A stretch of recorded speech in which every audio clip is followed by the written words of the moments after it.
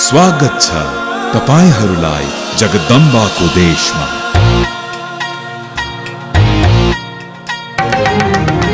विशाल हिमालयको देश मेरो, ज्योतिको दीप बल्दा लाग्छ राम्रो। उत्साह छ, उमङ्ग छ, विकास छ, उन्नति छ, प्रगति छ मेरो आफ्नै देशको। भाग्यमा नभए मेहनतमा विश्वास गर्छौँ हामी। देशलाई बनाउन र चिनाउन गर्दैनौँ केही कमी। मेरो देश मेरो जगदम्बा, मेरो देश मेरो जगदम्बा।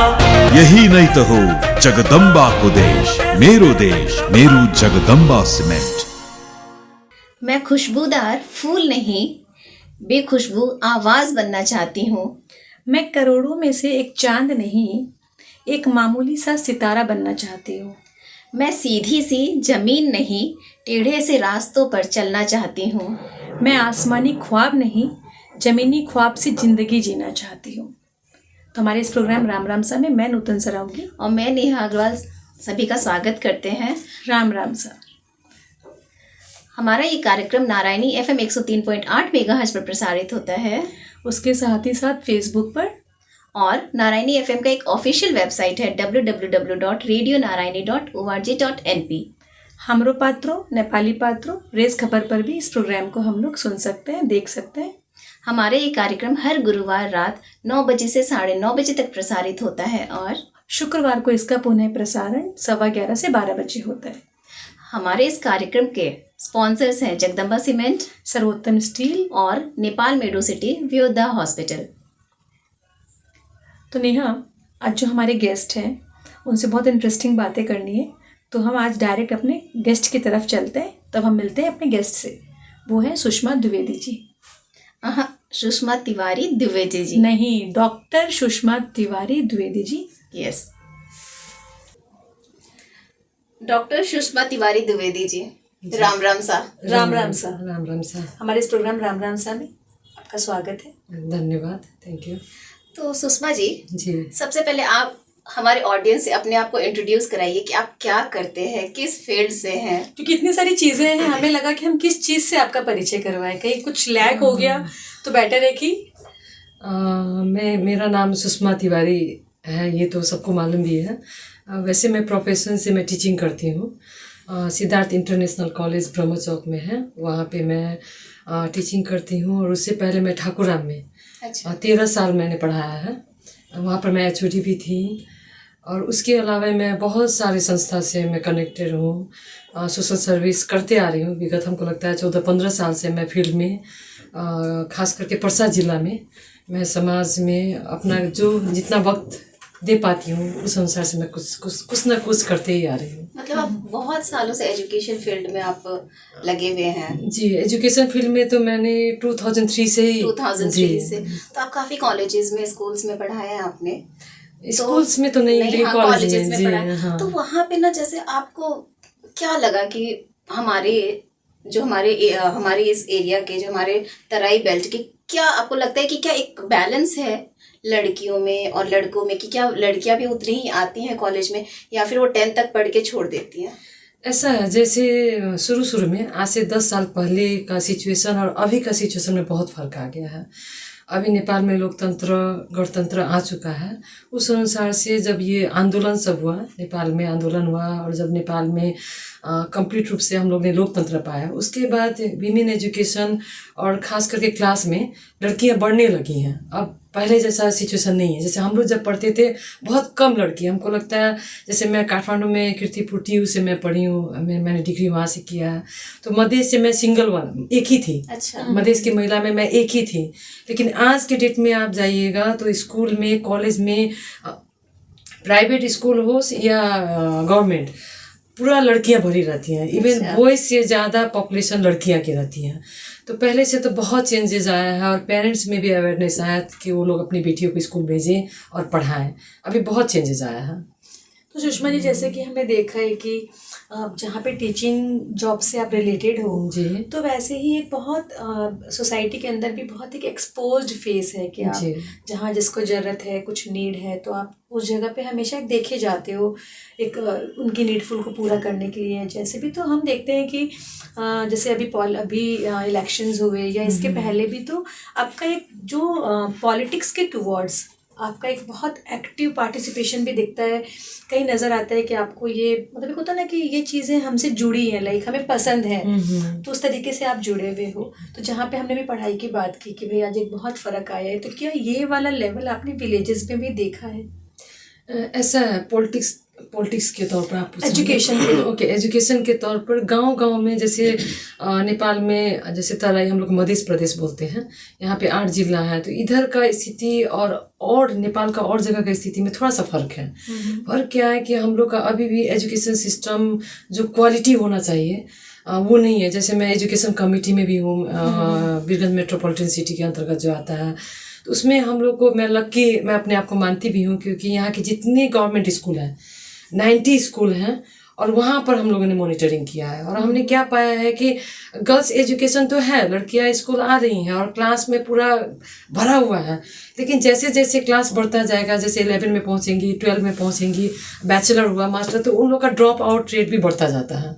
वो लोग धीरे धीरे अब किसी की शादी, हाँ कभी किसी हम लोग नेपाल में और खास करके मधेश में शादी भी कम उम्र में होती है, तो और उसके अलावा अब दाइजो प्रथा, बहुत सारा प्रॉब्लम है, और इकोनॉमिकली भी बहुत गांव के लोग थोड़ा सा उतने स्ट्रांग नहीं हैं कि वो लोग काठमांडू भेज के चाहे कहीं बाहर भेज के वो लोग अपनी बेटी को पढ़ाएं। तो इस अनुसार से स्कूल 10th क्लास तक, अभी धीरे धीरे 12 तक लड़कियां रहती हैं, लेकिन धीरे धीरे बैचलर लेवल में पहुंचने तक, मास्टर डिग्री तक उन लोग का बहुत संख्या कम हो जाता है। हाँ, ड्रॉप आउट रेट तो बहुत ज़्यादा है नेपाल में। सुषमा जी, जैसे ना अभी हमारे नेपाल गवर्नमेंट में ना बहुत सारा बहुत काम कर रही है वुमेन एम्पावरमेंट के ऊपर, जो महिला सशक्तिकरण अपन बोलते हैं ना, उसके ऊपर बहुत काम कर रही है। बहुत सारे लॉज भी बनाए हैं। तो आपको क्या लगता है एजुकेशन का कितना रोल है महिला सशक्तिकरण में? वीमेन एजुकेशन का, एजुकेशन का एजुकेशन का कितना रोल प्ले करता है वुमेन एम्पावरमेंट में? बहुत डायरेक्ट रोल प्ले करता है, लेकिन प्रैक्टिकल में से, हाँ। जी, जैसे अब शिक्षित जो लोग हैं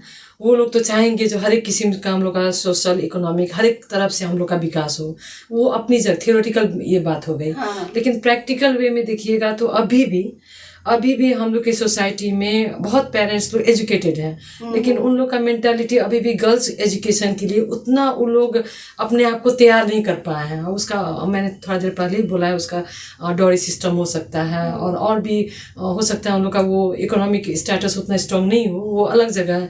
लेकिन मेंटालिटी अभी भी लड़कियों का देखने का नज़रिया अभी भी उतना चेंज नहीं हो पाया है। वो व्यवहार में जो हम लोग देखते हैं, अभी भी कहीं भी जाइएगा, अब ये बात आप कहीं वर्किंग एरिया में ले सकती हैं, इवन मीडिया में देख सकती हैं, पॉलिटिक्स में देख सकती हैं, सोसाइटी में देख सकती हैं, लेडीज़ लोग का देखने का नज़रिया अभी भी बहुत चेंज नहीं आया है। मैं एग्जांपल के तौर पर आपको बता सकती हूँ, जैसे कोई सोशल सेक्टर में काम कर रहा है, तो सोशल सेक्टर में काम करने के लिए अब लड़की लोग को तो थोड़ा समय चाहिए, उन लोग का घर का भी मैनेजमेंट देखना पड़ा। अब सोसाइटी ने ऐसा हम लोग को ये बनाया है जो लड़की ही सारा काम हम लोग की सोसाइटी में अभी तक करती आ रही हैं, घर का भी उन्हें ही करना वो है, एक दिन में चेंज नहीं हो सकता है कि 50% लड़का भी करें, इस तरह का चेंजेस लाना अभी संभव पूरा नहीं है। हालांकि पहले से बहुत चेंजेस आ चुका है, तो लड़की लोग को डबल ट्रिपल रिस्पॉन्सिबिलिटी आ जाता है वहाँ पर। जैसे मैं टीचिंग करने जाती हूँ तो मेरा तैयारी, मुझे पढ़ के जाना पड़ता है, पूरा तैयारी होके जाना पड़ता है, तो मेरा तैयारी का क्वालिटी, और एक सर जाएंगे जो सर को रेडीमेड सब घर में मिल जाएगा, सब रेडीमेड जो मिल जाएगा वो फैसिलिटी, तो उनका क्वालिटी में और मेरा क्वालिटी को आप कंपेयर कीजिएगा तो ये तो ओबियस है ना कि मैं थोड़ा सा नीचे ही रहूँगी। तो इसलिए भी लेडीज़ लोग को चैलेंजेस है, लेकिन ये चैलेंजेस है कहते हुए हम लोग ये सोचे जो हम लोग को तो बहुत दोहरो तेहरो रिस्पॉन्सिबिलिटीज लोग हम लोग असक्षम में हम लोग नहीं कर पाएंगे, उससे थोड़ा हम लोग को आगे निकलना पड़ा, क्योंकि हम लोग को भगवान ने ऐसा महिलाओं को बनाया है जो हम लोग double triple responsibility, multiple task को हैंडल कर सकती हैं। ये एक तो हम लोग का गॉड गिफ्टेड ये गिफ्ट है हम लोग के लिए। तो हम लोग एक बार में खाना भी बना सकते हैं, बच्चा को भी देख सकते हैं, जॉब भी कर सकते हैं, पढ़ भी सकते हैं, तैयार भी हो सकते हैं। एक्चुअली देखा जाए तो इसमें ये भी है कि आज जब अगर हम जहाँ से अपने पीछे देख सकते हैं जहाँ जी तक। जी तो हम देखते हैं कि भाई हमारी दादी नानी या हमारी मम्मी ये लोग हमेशा मतलब एक घर तक सीमित थे, घर तक काम करते थे। तो ये आज उन लोगों ने जो हमें एजुकेशन दी, तो ये हमारा अपना लिया हुआ कॉल है कि हम इस ऑरा से बाहर निकल के हम कुछ करना चाहते हैं। जी जी ये हमारे पे कोई प्रेशर नहीं था, क्योंकि ये तो माइंडसेट रहता है कि भाई भगवान अगर 2 पहिए बनाता है तो एक आगे और एक पीछे रहे। बताइए। आज अगर हम लेडीज भी ये सोच लें कि भाई हम वर्किंग हैं, हमें घर देखना पड़ेगा, तो हमें बाहर करना पड़ेगा, ये किसी ने नहीं बोला है, ये हमने खुद से चुना है।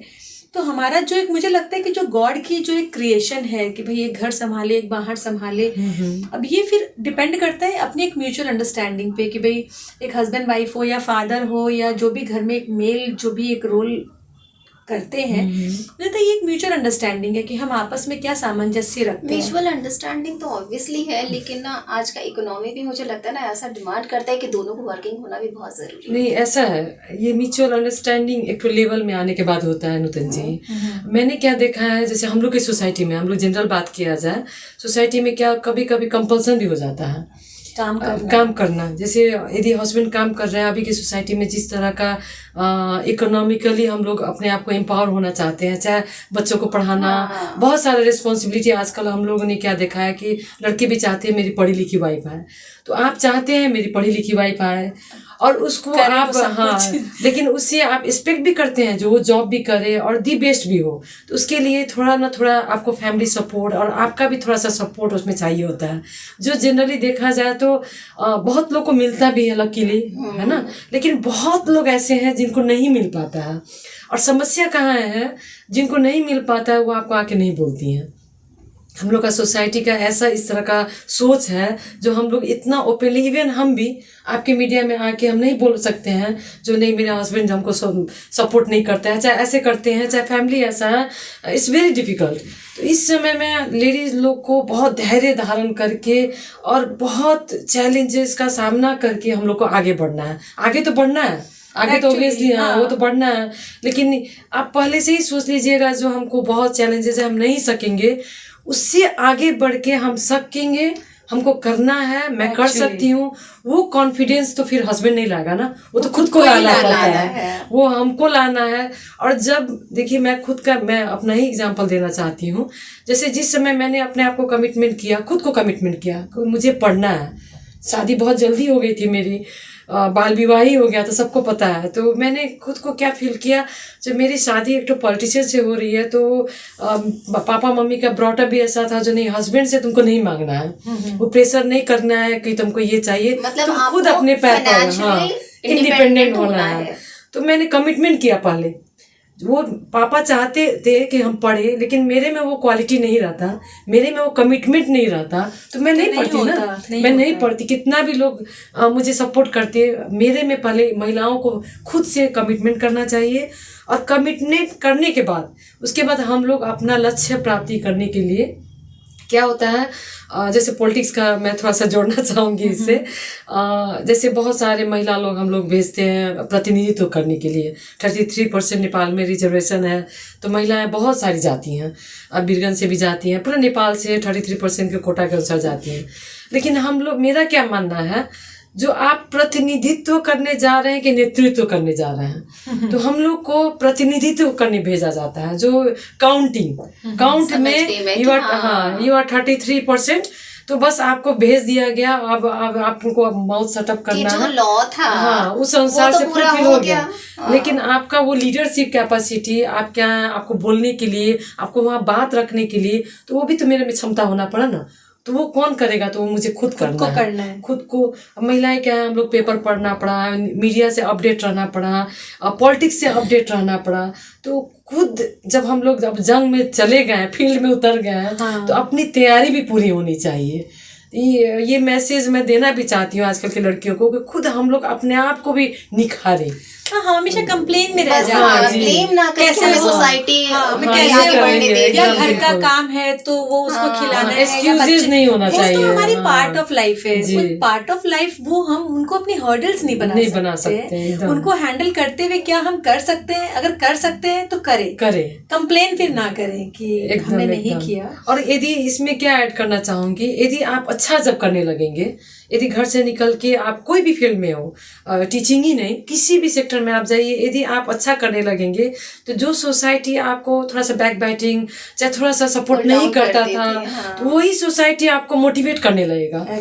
वो आपको एक एग्जाम्पल के रूप में देने लगेंगे, देखिए वो कितना अच्छा से जाती हैं और हर एक किस्म से वो अब सशक्त हैं, अब वो इम्पावर्ड हो चुकी हैं, तो वो आप रोल मॉडल भी अपनी सोसाइटी के लिए बन सकते हैं। तो उसके लिए भी स्ट्रगल खुद का ही चाहिए। उसके लिए भी स्ट्रगल खुद का ही चाहिए। वो तो कहावत है ना, उगते सूरज को तो सभी सलाम करते हैं। सूरज बनना बड़ा उगता हुआ। जी, जी। तो सुषमा जी, जैसे कि अभी हम राजनीति की बात कर रहे थे, जी जी, और हम कुछ समय से देख रहे हैं कि, और इनफैक्ट मुझे लगता है कि हमारे बीरगंज में भी जैसे कई लोग हैं जो एक बोलते हैं ना कि एक पावरफुल वुमन के रूप में किसी को अगर देखना चाहती हैं इस टाइप से, तो मतलब ऐसी क्या स्ट्रगल है? आप पढ़े लिखे हो, एक राजनीति में इंटरेस्ट भी रखते हो, सब कुछ करते हो, फिर आप एज अ वुमन, जैसे हम हमेशा से सुनते हैं ड्यूरिंग इलेक्शंस और इलेक्शंस के बाद भी कि जो महिलाएं हैं उनको भी राजनीति के अंदर में बहुत सक्रिय रूप से लगना चाहिए। कि चाहिए में तो है, क्या ये सचमुच चाहिए?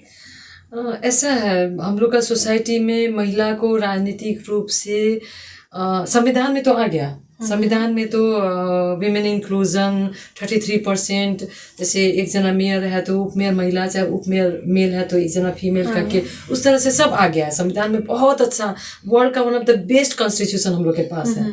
लेकिन व्यवहारिक रूप में देखा जाए तो अभी भी वीमेन को, महिलाओं को हम लोग का सो कॉल्ड जो पितृसत्तात्मक सोच बोलते हैं, पैट्रियार्कल सोसाइटी में, उस तरह का जो सोच हम लोग का बैठा हुआ है, जो हम लोग खाली संख्यात्मक रूप से प्रस्तुत करते हैं। और कभी कभी क्या होता है, जो जैसे कहीं नारा जुलूस लगाना हुआ, चाहे कोई प्रोग्राम करना हुआ, तो महिलाओं को बुलाएंगे और दिखाएंगे जो महिलाएं भी हम लोग के प्रोग्राम में हैं। लेकिन जब नेतृत्व करने का समय आएगा तो उस समय सब चुप हो जाएंगे। और दुख की बात कब लगती है, ऐसे भी मैं जब बोलती हूँ तो सब बोलते हैं बाप रे सुषमा मैडम तो एकदम आउट स्पोकन है, और वो एकदम खरू बोल देती हैं। कभी कभी बाध्यता हो जाता है हम लोग का। जैसे अभी लास्ट टाइम देखिए आप लोग का मेयर उपमेयर का चुनाव हुआ, लोकल इलेक्शन जब हुआ, तो उस समय तो कॉन्स्टिट्यूशन ने दिया था ना, एक जन महिला होना चाहिए और एक जन पुरुष होना चाहिए। लेकिन अब नेताओं ने अपना गठबंधन करके वो जो संविधान ने सिक्योर किया था महिलाओं को एक जगह लाने का, वो भी उन लोग को छीन लिया गया। और उससे भी दुख की बात क्या है, जो यहाँ की जो सिविल सोसाइटी है, हम लोग बोलते हैं बहुत सारा ऑर्गेनाइजेशन, मैं यही की बात कर रही हूँ अभी तो, क्योंकि हम लोग जहाँ से बिलोंग करते हैं उसी को पहले वही इशू उठाना भी चाहिए। कोई सोसाइटी ने फील्ड में आके एक तो नहीं महिला भी आना चाहिए, आप लोग महिला को क्यों नहीं दे रहे हैं कह के क्वेश्चन नहीं उठाया। उस समय मुझे बहुत दुख लगा। हम दूसरे के क्वेश्चन उठाने का वेट क्यों करें? मुझे लगता है कि उस समय में क्या जो लोग उठे थे, नहीं जी, जैसे मैं इसमें क्या कहना चाहूँ, जैसे उपमेयर स्वतंत्र उम्मीदवार के रूप में भी आए ना महिला, ये तो मैं सैल्यूट करती हूँ। कुछ महिलाएं जिनको आना भी चाहिए, अच्छी महिलाएं, वो लोग को नहीं दिया गया। उपमेयर में जो आना चाहती थी, वैसे मेरा भी नाम गया था तो अब मेरा भी नाम नहीं आया, ठीक है नहीं आया, लेकिन कुछ महिलाएं तो स्वतंत्र उम्मीदवार के रूप में भी गई ना। तो यदि हम लोग वीमेन एम्पावरमेंट की बात करते हैं, महिला सशक्तिकरण, हर एक जगह में पुरुष लोग एकदम मंच में बैठ के बहुत, हर एक पार्टी के लोग, एक ही पार्टी के, सभी पार्टी के लोग महिला को आना चाहिए, महिला को सशक्त होना चाहिए बात करते हैं, लेकिन महिला को किसी पार्टी ने उपमेयर नहीं दिया। और जो महिला लड़ी उसको भी हम लोगों ने नहीं जिताया। तो कैसे महिला आएंगी? एक तो महिला को पॉलिटिक्स में आने के लिए कितना स्टेप उन लोग को स्ट्रगल करके फील्ड में आना मामूली बात नहीं है ना। आप एक तो आप महिला को आने नहीं देते हैं, बहुत कॉन्फिडेंस लेके बहुत स्ट्रगल करके महिलाएं पॉलिटिक्स में आती हैं, क्योंकि उनके लिए वो बीच में बहुत सारा सामना करना पड़ता है। और जब आप पॉलिटिक्स में आती हैं तो उन लोग को आप अपॉर्चुनिटी नहीं देंगे, तो फिर बाकी महिलाएं कैसे आएंगी? वो कैसे सोचेंगी? वो लोग तो यही सोचेंगी, जब सुषमा मैडम जैसा महिला को उपमेयर नहीं दिया जा रहा है तो हम लोग को कैसे मिलेगा, हम कहाँ पे हैं? बिल्कुल।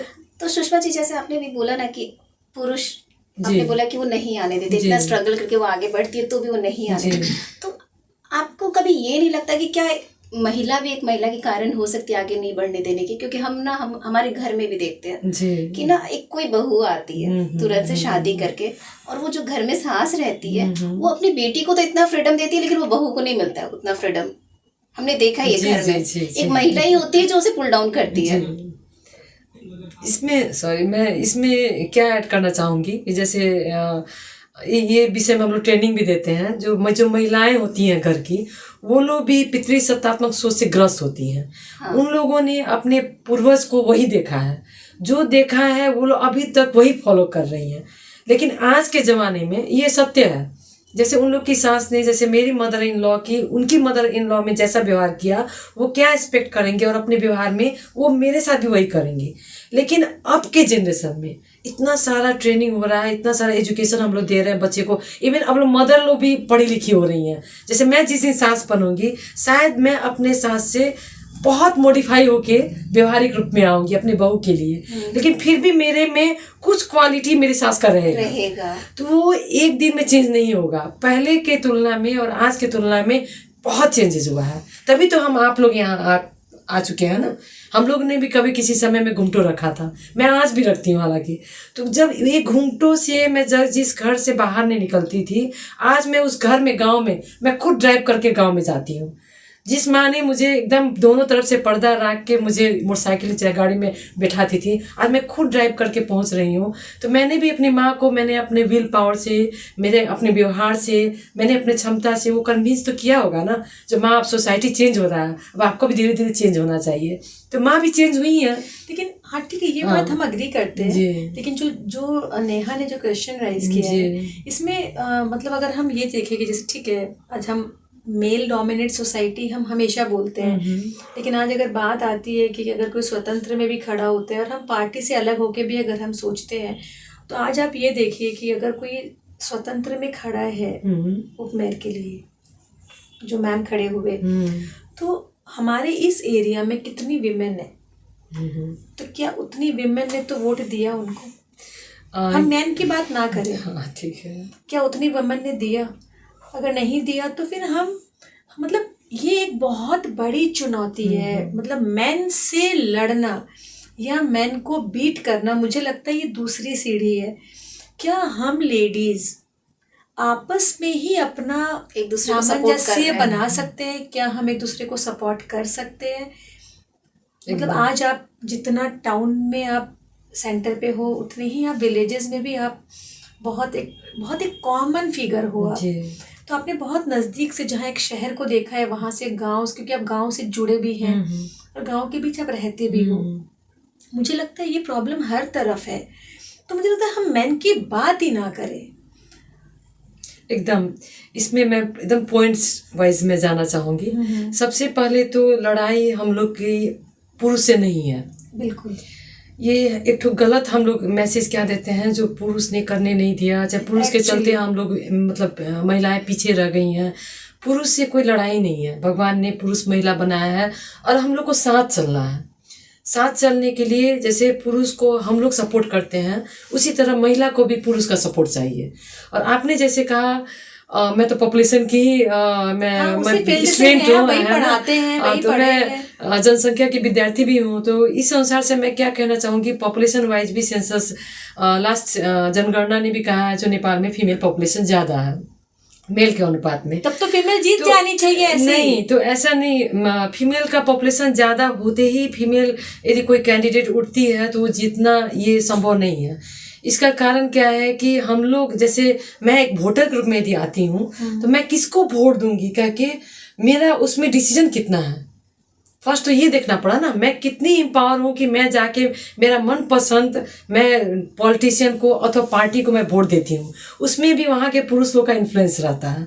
जो हस्बैंड बोलेंगे, जो बेटा बोलेगा, हम लोग उसी में जाके वोट देंगे। नहीं सुषमा जी, ऐसा है कि आज अगर एक वुमन एम्पायर होना चाहती है या वो चाहती है कि भी हम नेतृत्व करें, हम प्रतिनिधि ना करें, एक वुमन अगर ये चाहती है तो ठीक है। इसमें आज हमारे पास में 10 पार्टी के लोग अगर खड़े हैं, जी हमें वोट देना, जी हम बोलते हैं कि नहीं हम तो उनको वोट देंगे, हम हाँ जी आपको देंगे, हाँ जी आपको देंगे, हम ये बोलते हैं। आज यही कॉन्सेप्ट हम अपने फैमिली के साथ भी रख सकते हैं ना। आज हम एक बार डिसाइड तो करें कि हाँ हम एक वुमन को जिताना चाहते हैं।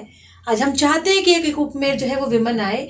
आपको प्रोटेस्ट करने की कोई जरूरत नहीं है, लेकिन ये अवेयरनेस, ये एजुकेशन, ये एक कॉन्फिडेंस एक वुमन का वुमन के लिए, मुझे लगता है इस चीज के लिए एजुकेट करना बहुत जरूरी है। ये अब ये पॉइंट स्ट्रांग है।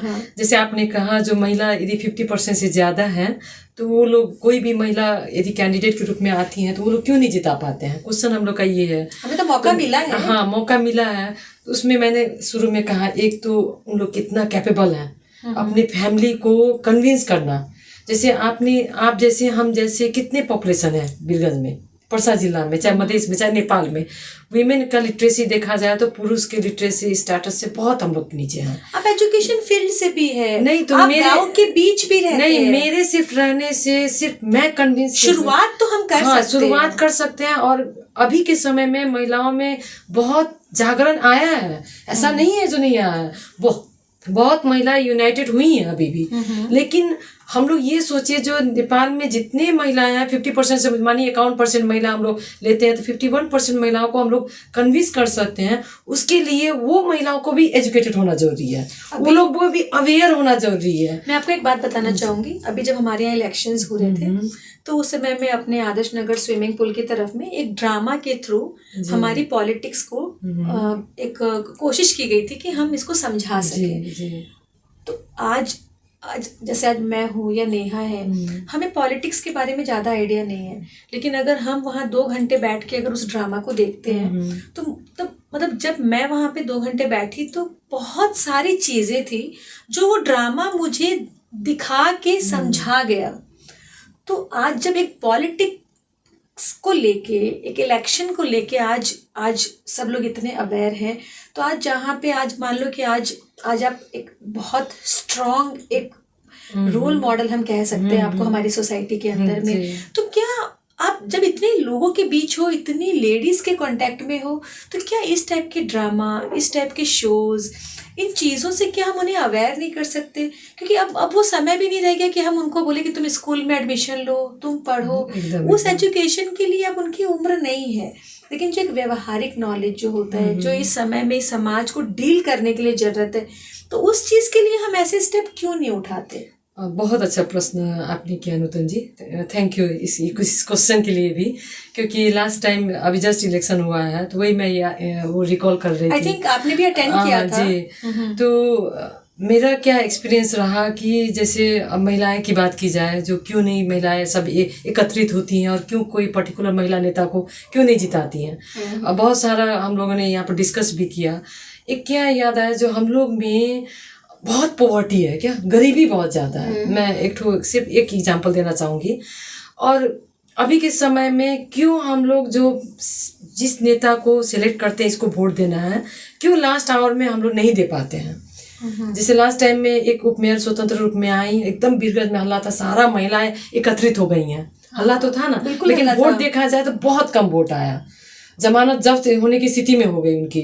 तो एक ये मैसेज क्या जाता है, जो पैसा मनी जो है, आप मानिए चाहे नहीं मानिए, आज के समय में, और बहुत सारे इलेक्शन मैंने भी देखा है, और मैंने खुद से, जो आप एजुकेशन की बात कर रही हैं, नॉन फॉर्मल एजुकेशन हम लोग जो बोलते हैं, प्रौढ़ शिक्षा, वोटर एजुकेशन जो बोलते हैं, लास्ट टाइम में हम लोगों ने दिया भी था, बहुत सारा दिया था। लेकिन मैंने जो गरीबी वर्ड यूज़ किया लास्ट टाइम में, जैसे आपके घर मेरे घर में 1000-2000 से कोई फर्क नहीं पड़ता है, लेकिन हम लोग की सोसाइटी में ऐसे फैमिली हैं, मैक्सिमम ऐसे फैमिली हैं जिनके लिए आप 500 रुपया देते हैं अथवा 1 किलो चिकन मटन देते हैं, तो उसके लिए वो बहुत बड़ी बात हो जाती है। तो हम लोग क्या करते हैं, जो चुनाव क्यों हार गए, तो ये जनता ही ऐसा है बोल देते हैं। लेकिन नो, हम बोलते हैं लीडर लोग जनता को उस तरह का सिचुएशन गुमराह करते हैं।